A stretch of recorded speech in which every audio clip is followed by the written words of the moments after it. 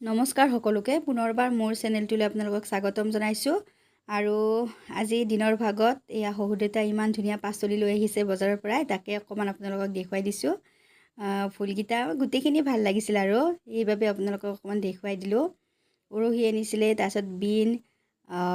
বেঙেনা ফুল কেপচিকাম বিলাহী জলকীয়া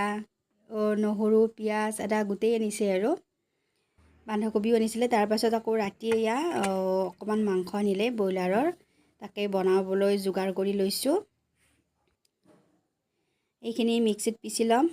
কাৰণ এতিয়া ৰাতি মানে অকমান লৰালৰি লাগে সেইভাবে আৰু যিমান পাৰো সহজ পদ্ধতিত বনাবলৈ গৈ আছো তেলত পাঁচফোৰণ শুকান জলকীয়া দি দিলোঁ তাৰ পাছত পিয়াজখিনি দিলোঁ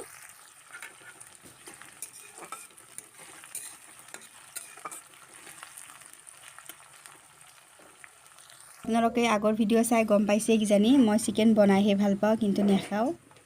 ইয়া মাংসখিনি এতিয়া দিয়ে দিলোঁ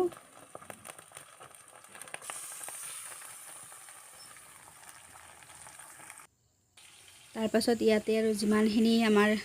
মছলা লাগে দি দিছোঁ জিৰা ধনিয়া তাৰ পাছত মিট মছলা তাৰ পাছত আকৌ আমাৰ ৰেড চিলি আৰু নিমখ হালধি গুটেইবোৰ দি লৈছোঁ আৰু একেলগে গুটেইখিনি মছলা দি লৈছোঁ আৰু এতিয়া 2 মিনিট মান এনেকৈ ভাজি ললোঁ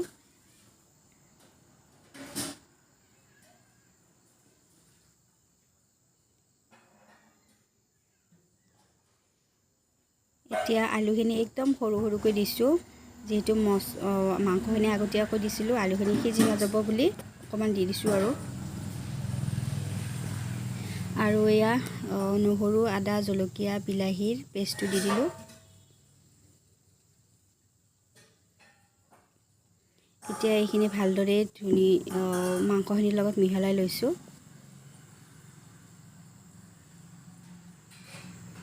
আৰু অকমান দেৰি ভাজি লোৱাৰ পাছত কেপচিকাম আৰু বিলাহী দি দিছোঁ সৰু সৰুকৈ দি দিছোঁ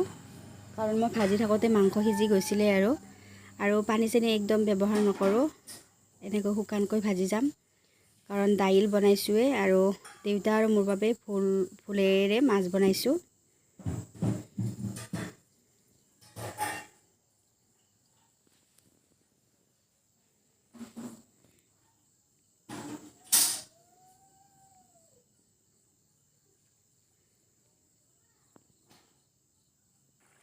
এয়া চাওকচোন হবৰ শেষৰ ফালে আৰু ধুনীয়াকৈ সিজি গৈছে গুটেইখিনি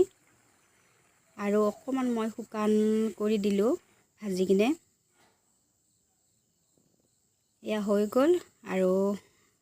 আজি এতিয়া ভাত খাম আৰু গুটেইকেইটা ভাত খাবৰ বাবে ৰেডি কৰি লৈ আছোঁ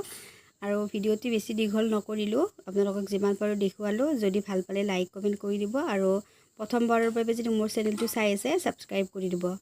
ঠিক আছে আজিলৈ আহিছোঁ